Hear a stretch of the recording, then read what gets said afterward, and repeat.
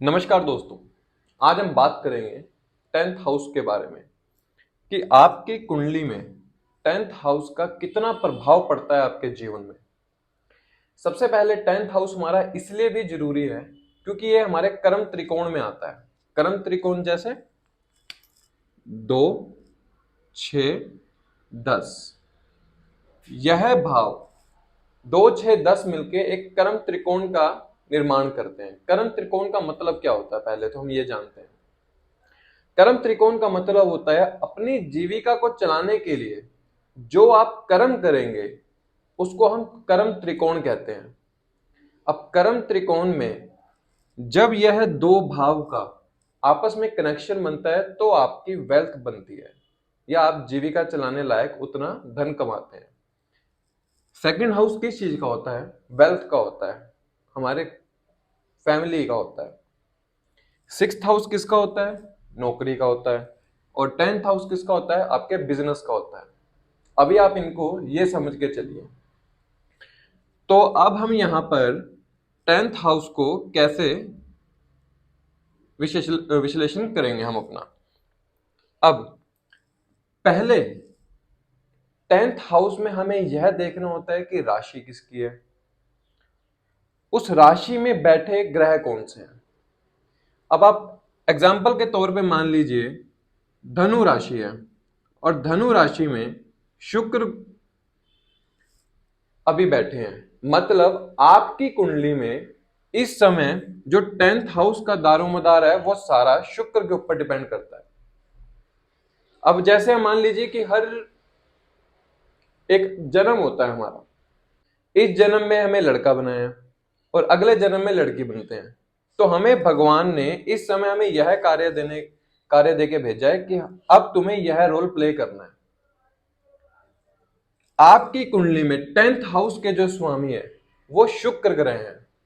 ये मैटर नहीं करता है कि आपके उस भाव में राशि कौन सी है। इस समय जो लॉर्डशिप मिली है उनको वो शुक्र ग्रह को मिली है आपके हाउस की। आपका टेंथ हाउस बली कब होता है, मतलब स्ट्रॉन्ग कब होता है?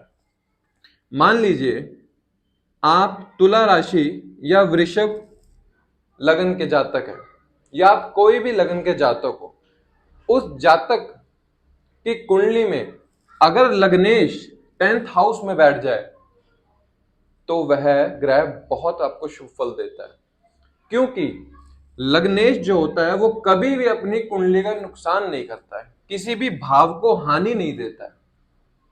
क्योंकि उस ग्रह को इस समय इन सभी भावों का राजा बनाकर भेजा है। एग्जाम्पल के तौर पर ये समझिए, तो राजा कभी भी अपनी प्रजा की हानि नहीं करता है। जो राजा अपनी प्रजा की हानि करता है वह राजा कभी भी सफलता की तरफ नहीं जाता है। तो एक तो हमें यह पता चला कि अगर लग्नेश स्वयं टेंथ हाउस में बैठा हो तो वह इंसान बिजनेस बहुत अच्छा करेगा, या फिर लग्नेश सिक्स्थ हाउस में बैठे हो तो उसकी नौकरी में बहुत ऊंचा पद होगा। अब हम देखते हैं कि आपके धनु राशि में शुक्र बैठे हैं। मान लीजिए कोई मीन राशि के जातक हैं और धनु राशि उनके टेंथ हाउस में है और शुक्र इस समय उसके स्वामी है। शुक्र की स्वय राशि कहां हुई? वृषभ राशि थर्ड हाउस में और तुला राशि हुई एट्थ हाउस में। तो इस समय शुक्र ग्रह के पास लॉर्डशिप किन किन हाउस की है? थर्ड हाउस की और एट्थ हाउस की है। जब भी शुक्र का समय आएगा, दशा महादशा प्रत्यंतर दशा, तो शुक्र इस ग्रह के फल तो देंगे ही, सॉरी इस भाव के फल तो देंगे ही, साथ में आपके थर्ड हाउस के और एट्थ हाउस के फल भी इसी भाव में देंगे। क्योंकि शुक्र जो है वो लॉर्डशिप किस भावों की कैरी कर रहे हैं अपने साथ में? थर्ड हाउस की और एट्थ हाउस की। तो हो सकता है जब इंसान के शुक्र का महादशा या प्रत्यंतर दशा है, कम्युनिकेशन स्किल्स उनकी बहुत अच्छी होंगी, या कोई अपना R&D का डिपार्टमेंट में काम करते होंगे, या अपनी कोई भी तरीके से शोध कर रहे होंगे, तो उसमें उनको सफलता मिलेगी। अब यहां पर हमें यह देखना है कि क्या इस हाउस के ऊपर या इस ग्रह के ऊपर किसी की दृष्टि तो नहीं पड़ रही जो इसको पीड़ित करे। अब मान लीजिए गुरु यहां बैठे हैं आपके 6th हाउस में, ठीक है, सिंह राशि में बैठे हैं, और गुरु की पंचम दृष्टि पड़ती है अपनी स्वय राशि धनु राशि में, जिसके अभी स्वामी आपके शुक्र हैं। तो जब भी शुक्र में गुरु का अंतर आएगा तो यह समय आपके लिए थोड़ा सा कष्टकारी होगा बिजनेस में। अब क्यों? क्योंकि अब आप सबको पता है गुरु जो हैं वो देवताओं के गुरु हैं और शुक्र जो हैं वो दैत्य गुरु हैं। गुरु को विष्णु के रूप में पूजा जाता है और शुक्र को शुक्राचार्य दैत्य गुरु जो हैं हमारे। अब गुरु जो करते हैं आपको ज्यादातर आपके धर्म की तरफ आपको जोड़ के रखते हैं, और शुक्र जो हैं आपको वेल्थ की तरफ जोड़े रखने की कोशिश करते हैं। अब एक गुरु आपको चाहता है कि आप धर्म के रास्ते में चले, और एक गुरु चाहता है आप इस दुनिया की मोह माया में फंसे रहें। तो जब इन दोनों का आपस में क्लैश होता है तब आपके जीवन में थोड़ी सी परेशानियां प्रकट होती हैं, क्योंकि गुरु अच्छे हैं, शुक्र क्या है, मोह माया में फंसाने वाले। अगर इंसान को वेल्थ चाहिए तो वह शुक्र की दशा में बहुत अच्छे गेन करता है।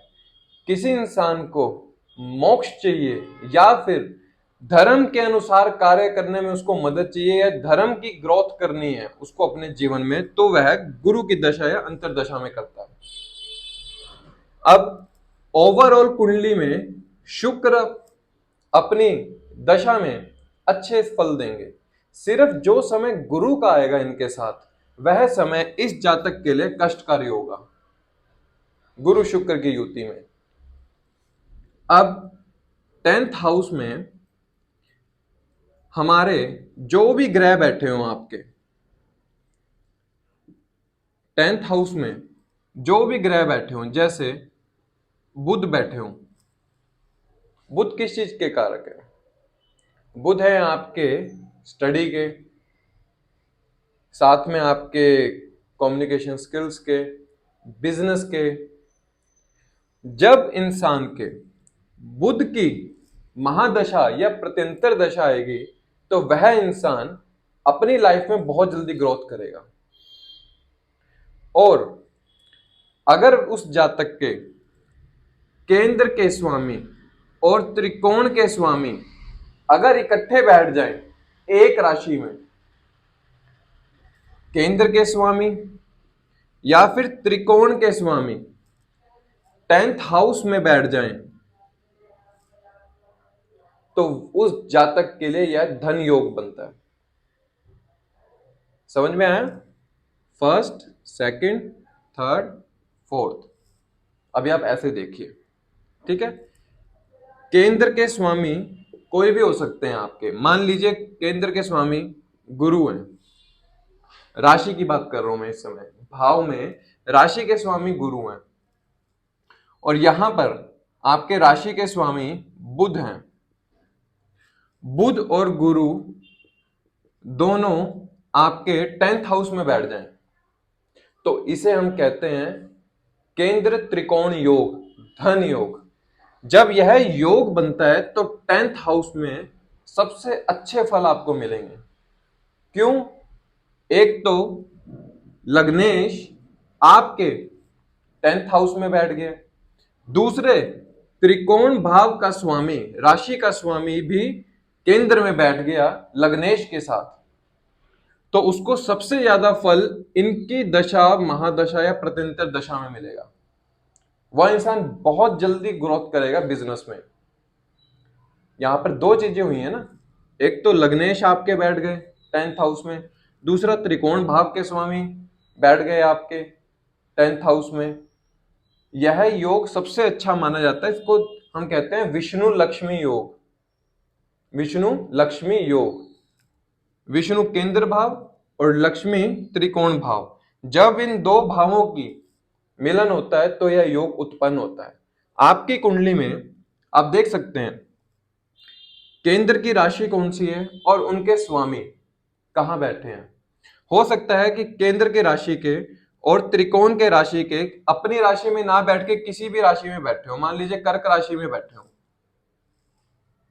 केंद्र के स्वामी और त्रिकोण के स्वामी कर्क राशि में बैठ गए, किसी भी भाव में, कर्क हो, सिंह हो, मेष हो, किसी भी भाव में बैठ गए तो भी ये विष्णु लक्ष्मी योग बनाता है कि केंद्र और त्रिकोण के स्वामी किसी एक राशि में इकट्ठे मिल गए।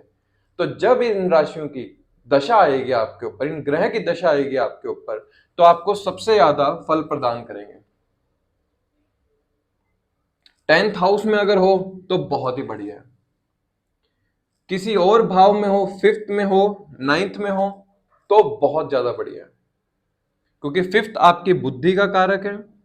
5th भाव में हम बुद्धि देखते हैं और 9th भाव से हम भाग्य देखते हैं। आपको भाग्य का साथ भी मिलेगा, साथ में आपकी बुद्धि इतनी चातुर्य हो जाएगी कि आप किसी भी काम को करने में पीछे नहीं रहेंगे। 10th हाउस की इंपॉर्टेंस हमारी कुंडली में बहुत ज्यादा इसलिए भी मानी जाती है क्योंकि इंसान अगर कर्म ही नहीं करेगा तो वह अपनी जीविका कैसे चलाएगा। उसको अपनी जीविका चलाने के लिए 10th हाउस का अच्छा होना बहुत जरूरी है। अब अगर मान लीजिए पीड़ित हो किसी का 10th हाउस, अब हम देख लेते हैं कि जैसे गुरु यहां बैठे हो 10th हाउस में और राहु बैठे हैं यहां पर 6th हाउस में, तो राहु की पंचम दृष्टि सीधा गुरु के ऊपर पड़ती है। गुरु का ओवरऑल टाइम अच्छा रहेगा, गुरु का ओवरऑल टाइम तो अच्छा रहेगा, लेकिन जब भी राहु का इनके अंदर अंतर या प्रत्यंतर आएगा तो उस जातक के लिए अपने बिजनेस या नौकरी रिलेटेड बहुत परेशानियां खड़ी हो जाएंगी। इसको बोलते हैं पीड़ित होना, कि एक ग्रह को ग्रहण लग गया जो इस समय पीड़ित है। जो भी योग चल भी रहा था काफी समय से, आपने देखा होगा गुरु राहु का योग चल रहा था, जब शुभ ग्रह अशुभ ग्रह की दृष्टि में आ जाता है तो वह अपने फलों को देने में थोड़ी सी परेशानी करता है। शुभ ग्रह अगर अशुभ ग्रह की दृष्टि या उनके साथ युति बना ले तो उसको अपने फलों को देने में उतनी ही परेशानियां होती हैं। या फिर शुभ ग्रह अपनी ही राशि में बैठा हो, मान लीजिए मीन राशि में गुरु बैठे हैं, तो राहु की दृष्टि पड़ेगी भी तो इतना फर्क नहीं पड़ेगा, क्योंकि एक तो अपना ही घर, अपने ही घर में बैठे हैं, साथ में राहु की दृष्टि पड़ेगी भी तो इतना फर्क नहीं डलेगा। अपने घर में हर कोई स्ट्रांग होता है। अब मान लीजिए यहीं पर ये मेष राशि में बैठे हैं, मंगल की राशि में बैठे हैं, तो जब भी राहु की दृष्टि पड़ेगी अंतर प्रत्यंतर में, ये ग्रह जो बैठे होते हैं ये ओवरऑल वैसे एक्टिव नहीं होते। जब इनकी दशा या इनके गोचर में ये कार्य करते हैं तब तो आपकी लाइफ में उतना इफेक्ट डालते हैं। तो ध्यान देने वाली बात है कि शुभ ग्रह की दृष्टि अगर किसी पीड़ित या फिर नैसर्गिक ग्रह या नैसर्गिक अशुभ ग्रह पर पड़ जाए तो वह ग्रह शुभ हो जाता है, या फिर शुभ ग्रह पर नैसर्गिक अशुभ ग्रह की दृष्टि पड़ जाए तो वह ग्रह, शुभ ग्रह, अपने फल देने में थोड़ी सी परेशानियां देता है। उसके लिए हमें उपाय करने पड़ते हैं और फिर उसके लिए हमें बहुत जद्दोजहद करनी पड़ती है अपने जीवन में। 10th हाउस की ये इंपॉर्टेंस होती है हमारी लाइफ में। अगर किसी जातक का 10th हाउस स्ट्रांग है या उसको देखना है 10th हाउस मेरा स्ट्रांग है या नहीं, तो सबसे पहले हम देखते हैं क्या लग्नेश उसमें बैठे हैं, या फिर 10th हाउस के स्वामी उसमें बैठे हैं, या फिर 10th हाउस का केंद्र या त्रिकोण से मिलाप हो रहा है। एक बात और, अब मान लीजिए 10th हाउस के स्वामी आपके बुध हैं, बुध की स्वय राशि जो है यहां पर है 11th हाउस में है। अब हम क्या देखते हैं कि यहां पर तो बुध जो है अपनी कर्क राशि में बैठे हैं, ओ कर्क राशि का सिंह राशि में बैठे हैं, सिंह राशि में बैठे हैं। तो अब मुझे कैसे पता चलेगा कि मेरा ये ग्रह स्ट्रांग है या नहीं? इसके ऊपर कोई दृष्टि नहीं है, किसी ग्रह के साथ युति नहीं है, तो मैं कैसे देखूंगा कि मेरा ये ग्रह स्ट्रांग है या नहीं मेरे लिए? मैं इसके नवमांश कुंडली में जाऊंगा। नवमांश कुंडली में जाके मैं क्या देखता हूं कि बुध यहां पर स्वयं राशि 11th हाउस में बैठे हैं। तो इसका मतलब क्या हुआ? इसका मतलब यह हुआ कि यह ग्रह दिग्बली ग्रह है, आपकी कुंडली में सबसे ज्यादा स्ट्रॉन्ग ग्रह यह है। यहां पर सूर्य की राशि में, मित्र राशि में, और नवमांश में अपनी राशि में 11th हाउस में है। इसका मतलब क्या हुआ? जब इस जातक का बुध की दशा, बुध का टाइम आएगा तो इस जातक को लाभ होंगे ऑटोमेटिकली, क्योंकि नवमांश में यह लाभ के हाउस में बैठी है, स्वयं राशि में बैठी है, दिग्बली होकर बैठी है। ऑटोमेटिक इस जातक का बिजनेस या जो भी है कर्म करता है अपनी जीविका को चलाने के लिए, वह बहुत अच्छा चलेगा। ये कुछ पॉइंट्स थे छोटे छोटे जो मैंने बताए आपको कि हम 10th हाउस को कैसे देख सकते हैं कि वो पीड़ित है, या 10th हाउस का जो ग्रह बैठे हैं या जो राशि है वह हमें कैसे फल प्रदान करेगी अपना समय आने पर।